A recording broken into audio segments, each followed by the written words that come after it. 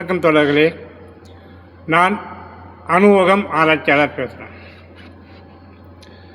அனுவோகம் ஆராய்ச்சியாளர்னா ஒன்று கலக்கம் உடற்பயிற்சி. ஒன்று கலக்கம் உடற்பயிற்சி என்பது ஓகம்.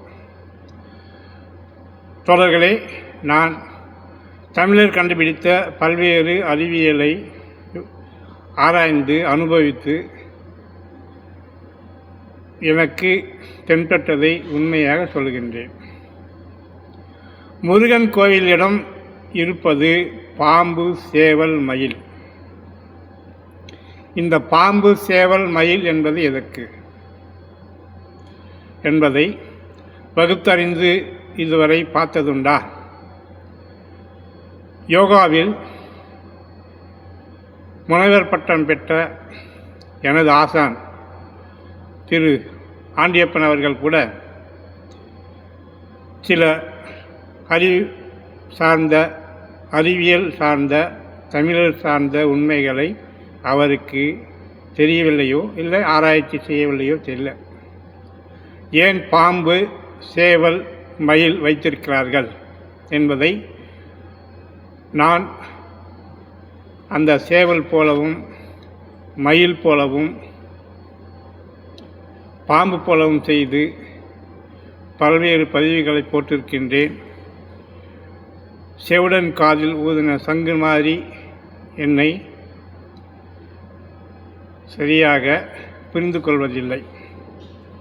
இருந்தாலும் ஆயிரம் ஆண்டுகளாக மூடர்களாக மாற்றிவிட்ட மனிதர்களை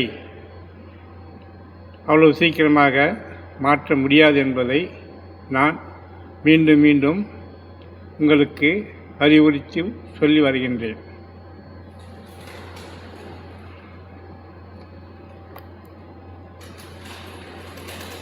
இந்த பதிவை பார்த்து எனக்கு சப்ஸ்கிரைப் செய்து, உங்களுக்கு சந்தேகம் இருந்தால் இந்த எண்ணுக்கு ஃபோன் செய்து விசாரிக்கலாம். 73959862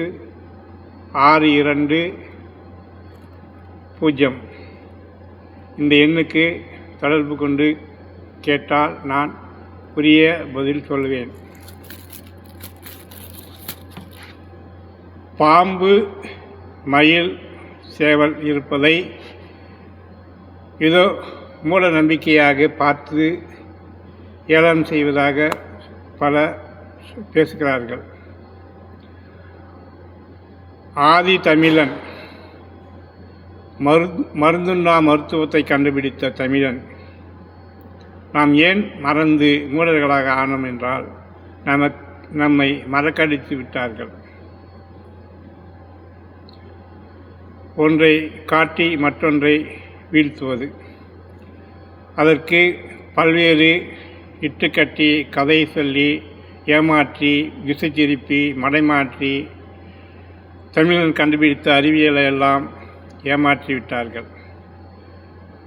ஏமாறக்கூடாது என்பதற்காக தான் அந்த பாம்பு, மயில், சேவல் முருகன் கிட்டே வச்சிருப்பது.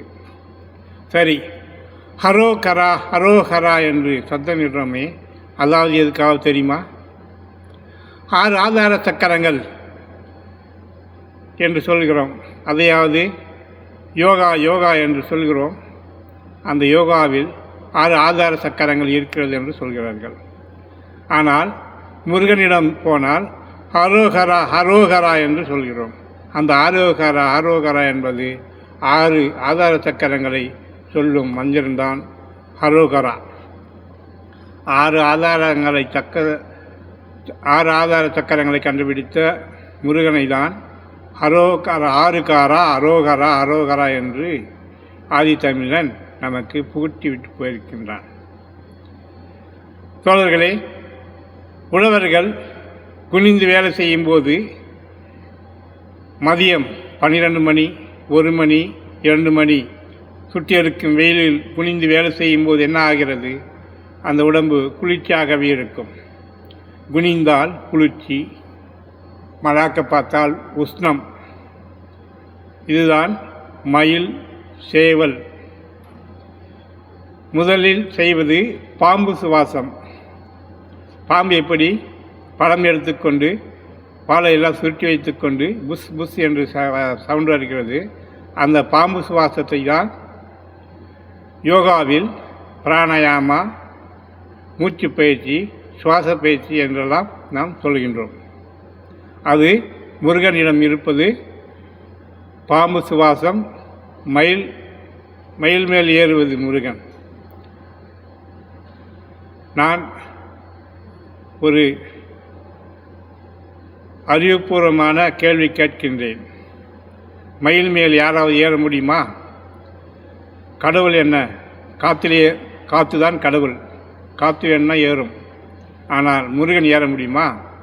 முருகன் சித்தர், அறிவியலை ஆராய்ந்த மனிதனுடைய ஆரோக்கியத்தை ஆராய்ந்த ஒரு மனிதன். அவன் எப்படி மயில் மேலே ஏறி பயணம் போக முடியுமா? எல்லாம் பழம் நீ என்று பழத்துக்காக ஒரு சண்டை போட்டுவதற்காக ஒரு சகோதரனை சேர்த்து விட்டார்கள், விநாயகரை. போகட்டும். ஆனால் மயில் மேல் முருகன் ஏற முடியுமா என்பதை யாராவது சிந்தித்து பார்த்ததுண்டா? சேவல் கொடி எதுக்கு வச்சிருக்கிறான்? சேவல் கொடியை அண்ணாந்து பார்த்தால் உஷ்ணமாகும். மயில் போல் உடலை செலுத்தினால் குளிர்ச்சியாகும். பாம்பு போல் சுவாசம் செய்தால் உடலை, இரத்தத்தை எல்லா இடத்துக்கும் கொண்டு சென்று ஆரோக்கியப்படுத்தும்.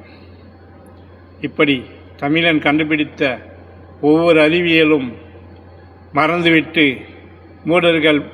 மூடர்களாக மாற்றி மூட நம்பிக்கையில் போட்டு இப்போது எங்கு பார்த்தாலும் சர்க்கரை நோய். உலகத்திலே அதிகமான சர்க்கரை நோய் உள்ளவர்கள் இந்தியர்கள், தமிழர்களும் அதில் அடங்குவர். யோகா என்பதை நாம் ஒரு மூட நம்பிக்கையாக கடவுள் கண்டுபிடித்தது. அதை எல்லோரும் செய்யக்கூடாது, ஆண்மை இழந்து விடுவோம் என்று சொல்கிறார்கள். யோகாவை செய்தால் ஆண்மை அதிகமாகும். குரோத் அதிகமாகி ஆண்மையை தூண்டக்கூடிய 3 முத்திரைகள் இருக்கிறது. நான் ஏற்கனவே பதிவு போட்டிருக்கின்றேன். உங்களுக்கு சந்தேகம் இருந்தால் மீண்டும் மீண்டும் சொல்கிறேன், இந்த எண்ணுக்கு தொடர்பு கொண்டு என்னை கேளுங்கள். எந்த பயிற்சி செய்தால் என்ன நன்மை என்பதை நான் உங்களுக்கு சொல்கின்றேன். மீண்டும் மீண்டும் சொல்கிறேன், முனைவர் பட்டம் பெற்ற ஆசன ஆணியப்பன் எனக்கும் அவர்தான் குரு. இருந்தாலும் இந்த மயில், சேவல், பாம்பு என்பதை அவர்கள் சொல்லவில்லை. ஆனால் மயிலாசனம், உசட்டாசனம் அப்படின்னு மயில் ஆசனம் என்று சொல்லிவிட்டார்கள். மயில் முத்திரை என்று சொல்லலாம். ஆனால் மயில் மேல் ஏறக்கூடிய முருகன் என்பது தவறு. மயில் மேல் முருகன் ஏற முடியாது.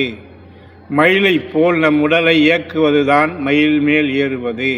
நம் கையை இப்படி வைத்துக்கொண்டு வயிற்றை அது மேல் ஏற்றினால் பல்வேறு ரசாயன மாற்றங்களை உற்பத்தி செய்து உடலை ஆரோக்கியமாக வைத்திருக்கக்கூடியதான் மயில் முதிரை. அதற்கு மயிலேறு முருகன் என்று மயிலை வைத்திருப்பதால் மயிலேறு முருகன் என்று சொல்லிவிட்டார்கள். எந்த மனிதனோ எதுவுமே ஒரு பறவை மேல் இன்னொரு பறவை உட்கார்ந்துட்டு பயணம் செய்ய முடியாது, மனிதபடி பயணம் செய்ய முடியும் என்று நாம் பகுத்தறிந்து அறிவியலை புரிந்து கொண்டு செய்தால் ஆரோக்கியமாக இருக்கலாம். சர்க்கரை நோய், பிபி என்பது அதிகரித்து தினந்தோறும் மாத்திரை சாப்பிடும் நண்பர்களுக்கு இந்த பயிற்சியெல்லாம் செய்தால் சர்க்கரை நோய் வராது, பந்த நோயும் தீர்ந்துவிடும், பிபியும் தீர்ந்துவிடும். நான் அனுபவித்து எனக்கு வந்ததையெல்லாம் தீர்த்துவிட்டு தான் உங்களுக்கு சொல்லுகின்றேன். உறுதியாக நம்பி செய்யுங்கள். எனக்கு சப்ஸ்கிரைப் செய்து ஆதரவு தாருங்கள். பார்த்தமைக்கு நன்றி, வணக்கம்.